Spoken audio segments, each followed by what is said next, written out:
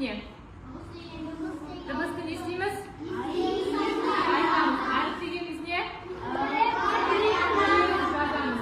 Дыбыстар нешеге бөлінеді?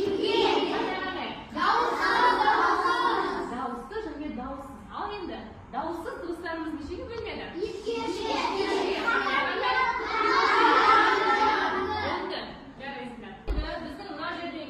Дыбыстарымызды өзінің ұяшығына апарып орналастырамыз. Дауыссыз дыбыстарымызды. Жарай ма?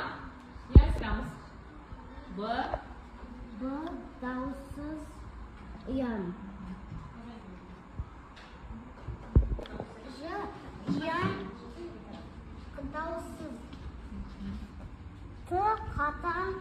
Дауыссыз.